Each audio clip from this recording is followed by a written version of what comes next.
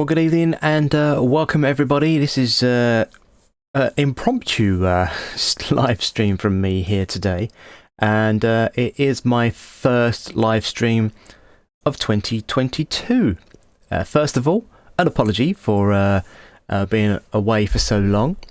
Partly it's because I've been trying to sort this hardware out, and two, just been too busy, and also I've been looking at some content recently of some of my other followers, and thinking, just give it a bit of time, let them speak their mind and have their say around Linux distributions, and obviously show off demonstrations and stuff.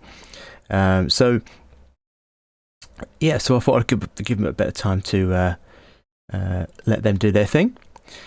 But to welcome me back, I am quite excited by the release here of Deepin 20.4.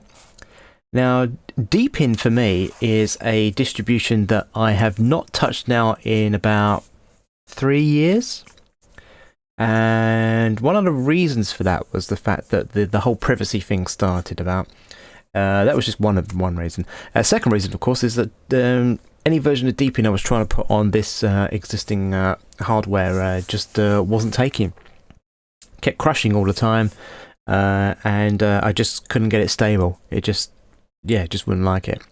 But here we are, 3 years on. We've given Deepin 20.4 a go, and it's been on my box now for over a week, and I have to say, I am immensely impressed. Impressed by its stability, impressed by its look and feel. I really do like this new look of this Deepin here. Correct me if I'm wrong, but is this not the first in the releases? I mean, it's 20.4, so I mean, I've not been following Deepin for quite some time now, but it is the 20 range probably the first with using this new look and feel? I don't know. Because 20.4 it is a point release, obviously, but there's a lot of good updates in this version here, and I will say that from the testing that I've been doing on this, it is going really, really well. I really will say.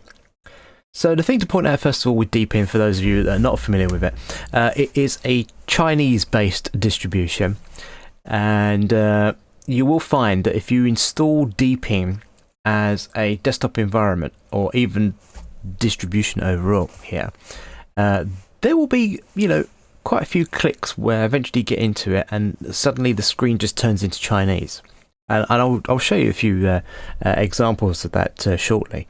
But there's quite quick ways around it. But that aside, it's a very beautiful distribution, I will say.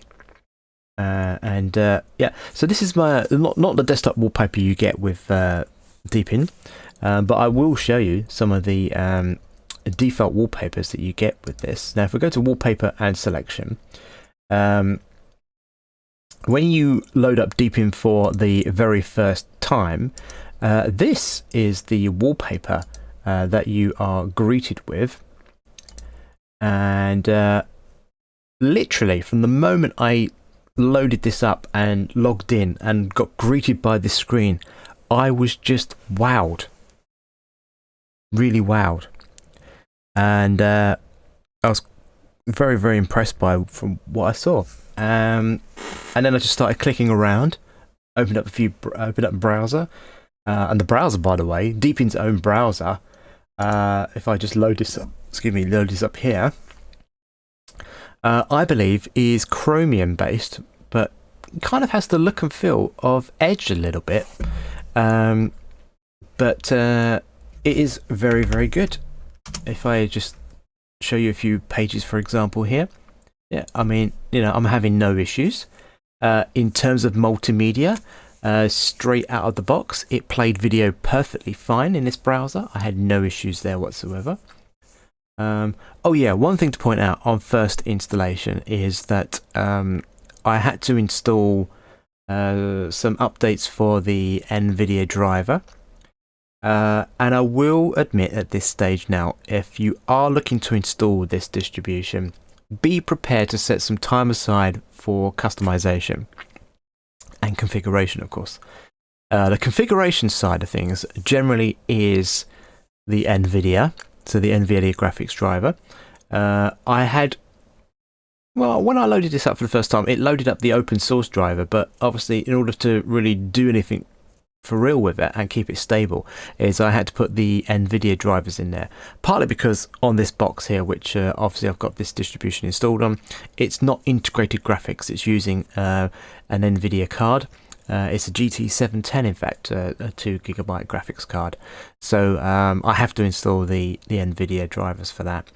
But just to say that if you are installing this onto Intel or AMD hardware that has got integrated graphics in there, you shouldn't have any problems at all whatsoever.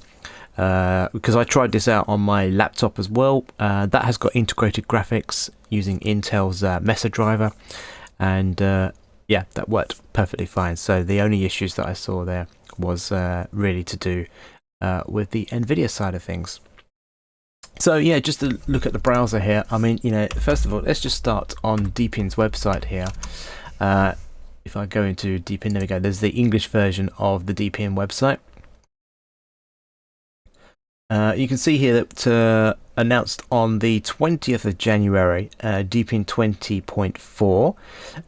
So it's taken me a while to get round to this. But here you can see that we have, within this release, got updates to the system monitor. So this now has a smarter system monitor, which now includes quite a good bit of detail in there actually about the hardware you got installed, the temperatures, thresholds of your CPU as well, and what processors you've got running as well. So pretty much like the GNOME process application now, of course, but just slightly different, and I like it. It's really good. But just to say, Deepin alone is running, I believe, Debian 11 Bullseye. So in terms of its base, then another reason for me turning to this is the fact that it is just running a good stable base of Debian here as well. And to be honest, I've not had many updates.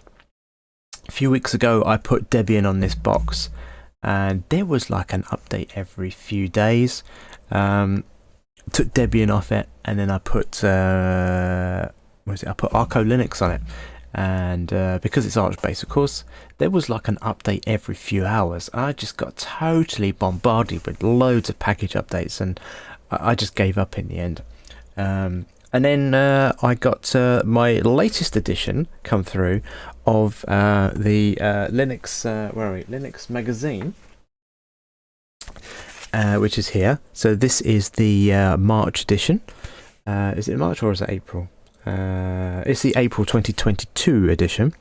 And the cover disc on there had Deepin and Linux Mint 20.3. So I looked at this and I thought, do you know what? I'm going to give Deepin a go. And I'm glad I did, to be perfectly honest. And so far, touch wood, I've not had to distro hop just yet. So I've been running Deepin now for a good couple of weeks, which is really, really good. No problems at all there.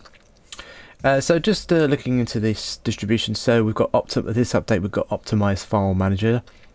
We've got simplified system installation where it creates partitions a lot easier. By the way, when I did the installation, it took around 12 minutes to install. So it's quite a timely process, but not greatly so. I mean, if I compare it to OpenSUSE, for example, oh my goodness, OpenSUSE Tumbleweed, that literally took 22 minutes to install on this machine. But Deepin installed here in a little under 12 minutes, and vastly impressed I was with that. We have got a new Deepin or updated Dpm Browser, which is what you're looking at now. This is where you can collate a collection of pages. So I'm going to say this open and honestly, what I think I'm looking at here is Microsoft Edge with a different coat on the top of it. Think of it like a different lick of paint. That's what I think I've got here. But let's wait and see what actually comes of that. As for the rest in this update, you in this browser can do tabbed groups as well. So yeah, I'm definitely thinking we have a version of Microsoft Edge here. Some might disagree with me and just say, do you know what, that is Chromium out of the box. Yeah, may well be. But by personal experience of using Edge on other Linux builds and Windows, I'm definitely seeing this functionality now in Deepin with their inbuilt browser here. So the browser kernel, it's saying, has been upgraded to Chromium 8 from 83 to Chromium 93. So yeah, I was right. It is a Chromium-based browser. So if you are currently running Google Chrome in version 90 plus, then you should be seeing some of those features here in Deepin's own web browser. The search has been improved, so you can now do interactions for easy access. That's obviously received a lot of good feedback from end users. This search facility here has been a bit temperamental for me, because I would notice that I'll be holding down my shift key and using one of the other keys to, perhaps do like the quotation mark or the ampersand, for example, or the @ symbol. And then suddenly this search will appear on my screen, and that certainly to me is a bit of a bug on that sort. We've got convenient screen capture now as well. Oh, the screen capture tool on this is absolutely amazing. And greater keyboard shortcuts as always. And then there's a link here to talk more about 20.4 in a bit more depth on their blog there. Let's have a quick look here. Yeah, so it's all been explained in the release notes just now. So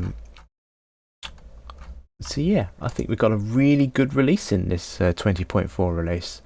I'm immensely happy with it. So there's the browser, new and improved. I've had no crashes whatsoever with that one there. Let's first talk about the settings. If I go into the settings, the control panel here, we've got the usual stuff that you see with Deepin. But if you look under personalization, you've got the option to change the colorization of the dock. I leave mine permanently set to dark, but if you have it on auto, then like a Macintosh and even Windows now, the dock itself will change color. And of course the look and feel of the actual OS itself will change from light to dark depending on the time of day. So as we are here now, 7 PM nearly here in the UK, the sun has gone down an hour or so ago, and we're now in dark mode. But that's obviously what will appear if I was in auto, but I'm permanently set to dark here and absolutely loving it. You've got your Async Colors as well. Window effect. If I disable this for a moment, just watch what happens. You can then see that we go into this flat look. Don't like that. But on some older hardware, it's necessary. So I leave that set on. The transparency I've got currently set to 0.4, which is 40%, I believe. But again, you can change that. So as you can see, as I am moving it up and moving it down, I'm changing the opacity of the dock here. So I leave that permanently set to 0.4. And you've got an effect as well, which you can do when you minimize an app. So you can have it as a scale or magic lamp, which is what I've got here. By magic lamp, it means that if I click on the icon, you can see it magically disappear like that into the dock itself. And if I leave that set to scale, it just disappears, like so, like what Windows does. I personally like the magic lamp effect. Icon themes, yeah, you got the standard set of Deepin themes here, but I'm liking this bloom icon set. That's really nice, and I'm hopeful that they can share that across other distributions as well. You've got under your notifications. Now, notifications, I will say, is a bit of a bug, an annoyance for me. And one of the reasons for that is that if I'm listening to music on Spotify, for example, every time the new song comes along, you get this do-do-do and a notification pop up on the screen. No matter how many times I scroll down the list and find Spotify here as an app and tell it to disable play a sound, disable show messages on lock screen, disable show in notification center, still the beep appears at every song change. I don't know why. So I've left that turned off by default as system notifications overall. But I'll leave the icon set up in the dock, which you can find down here, and you can change it at any given time. So on to Bluetooth. Yeah, I've got a Bluetooth dongle installed and enabled, so there you can just obviously find and connect to any Bluetooth device that's nearby. You've got your date and time where you can set time zones and add more clocks if necessary. The power is very good. Now, I like the fact that you can change it between balanced and high performance. That is standard GNOME functionality there, so it's good to see that that's been pulled through into this version of Deepin here. Mouse, you can change the click speed, the scrolling speed, and your double click speed. Your keyboard, you can set the locale, change the location in that to be whatever location you want, and obviously change the layout as necessary. And also you've got this update section here, so you can check for updates. Now I don't know what's going on here, but this dot appears that implies pretty much that I've got some updates awaiting to be installed. But when I do come here, it says your system is up to date. And it was last checked at 6:30 this evening, so I don't know what's going on there. In fact, no, that was on the 4th of March, which was a few days ago, so let me just check that again. But you've got the update settings here as well, where you can set it to check for updates, download updates, and automatically install those updates as well, which is something I like. I like to be able to just let the system do its thing in the background and be 100% up to date. So we'll let those updates, yep, so it's checked for updates today, and we are currently up to date. Oh, and suddenly the dots disappeared. I wonder why, actually. Anyhow, and system information, this is great. So this is exactly like GNOME. You've got a breakdown of the distribution and the hardware that you've got installed, what type of license you've got, the privacy policy, you can read it here.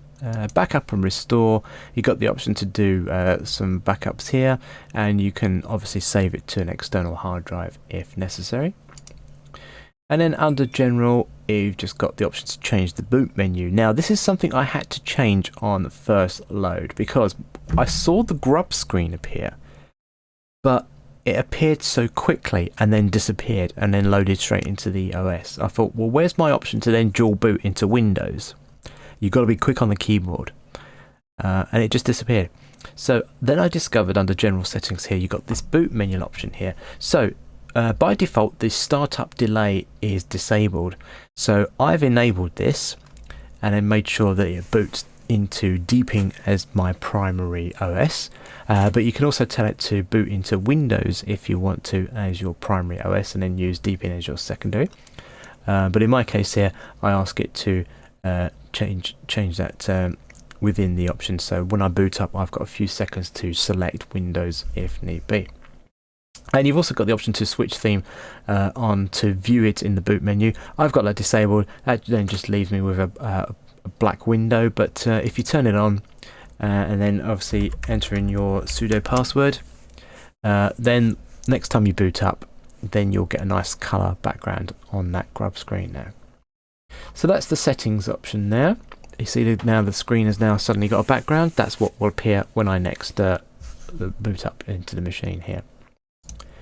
What else can we show? So the App Store. Now, they call it the Deepin App Store. This is not the GNOME store, so just to say that one. but the applications here are all within the Deepin repositories. It is here that I had some issues where I was coming across a lot of Chinese, and that's to be expected.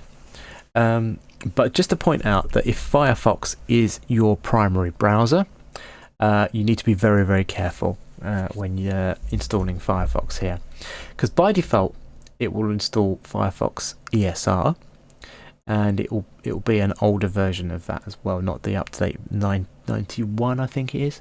But you've got this option as well for Firefox Quantum. Now it's got in brackets EN indicating it's English, but when I installed it and loaded it up for the first time, Firefox loaded up in Chinese, and there was no way I could have got around that without uninstalling it again.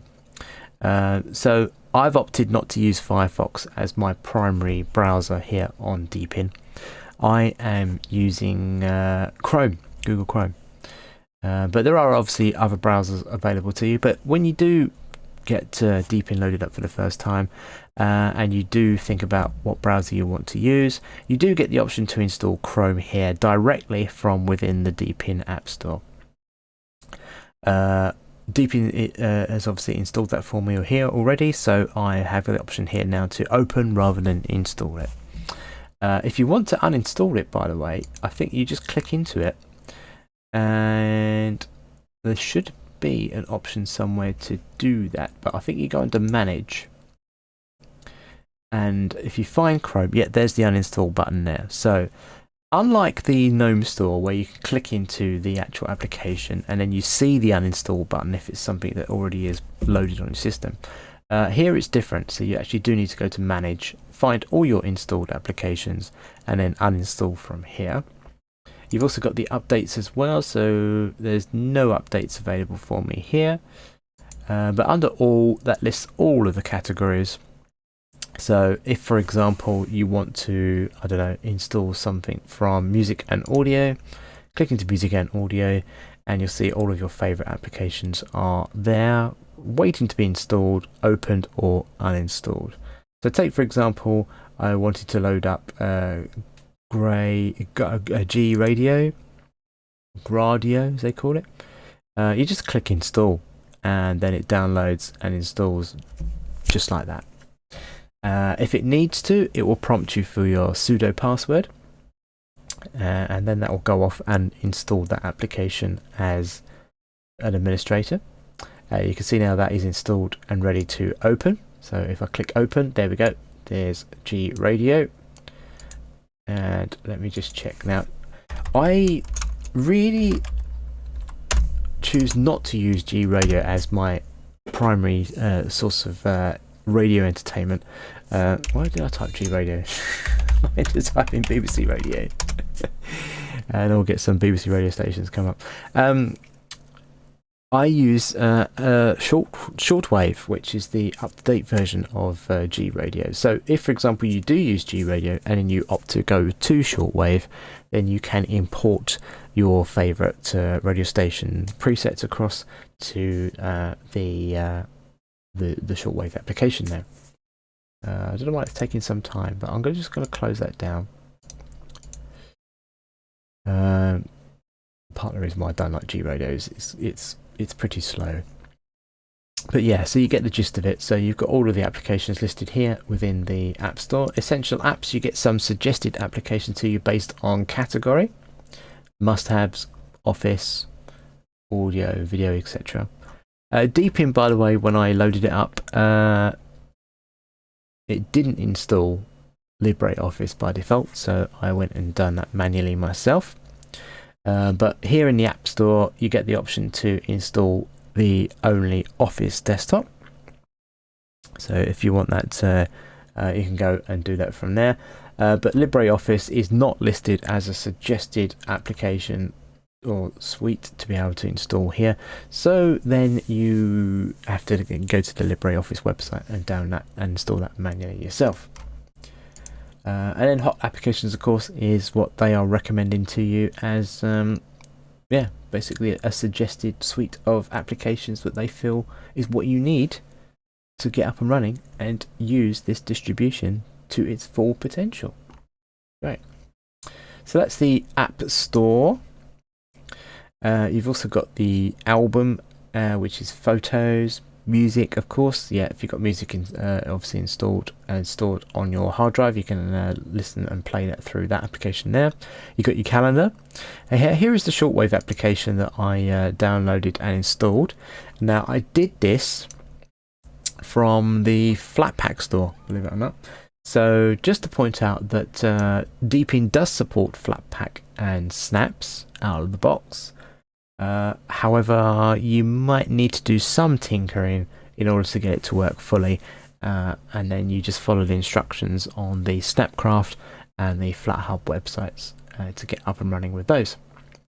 But any major issues getting those up and running, then there's a full host of people out there on the Deepin community that are available to offer you help and advice on that one there. There you go, bit of Radio 3. So that's the Shortwave application there that I've got there. Yeah, so Google Chrome, of course. VirtualBox, of course, I obviously used to demonstrate other distributions in. I've actually given a few distributions a try using VirtualBox here within Deepin, and I will say I've had no issues. So I find that VirtualBox can be a bit buggy on Debian-based distributions. But this one, not a problem at all. It loaded straight away. Even the look and feel, I didn't have any issues at all with the GTK3 theming around this one, and it just loaded up perfectly as expected. And yeah, so everything else out of the box is down to you, what you choose to install and run. But just to point out, you have a launcher, which you can do as a categorized list. If you wanted to change that, you can click this double arrow here, and then that will change it into a launchpad view. This is good and handy for those with trackpads on laptops, and you can just flick through like so.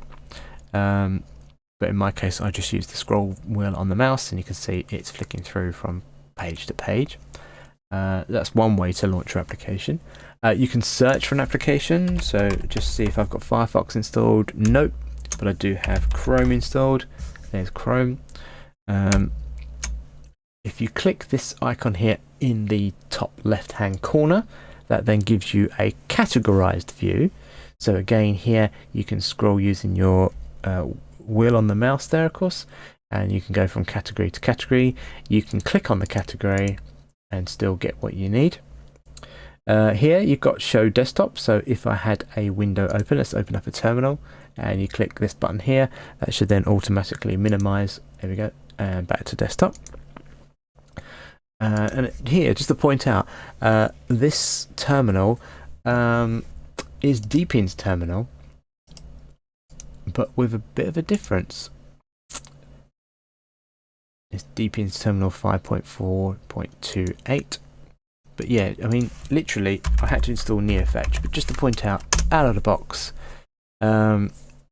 obviously I'm doing screen recording and streaming on this machine right now, so I'm using currently about 3.5 gig of my 16 allocated gigabytes on this machine, so it's not too bad. I think if I probably had 8, it might reduce itself down to maybe 1.2 gigs, thereabouts. Possibly, I don't know. But yeah, so there's all the details, again the technical details, so number of packages, how many Flatpaks I've installed, and how many Snap apps I've installed as well.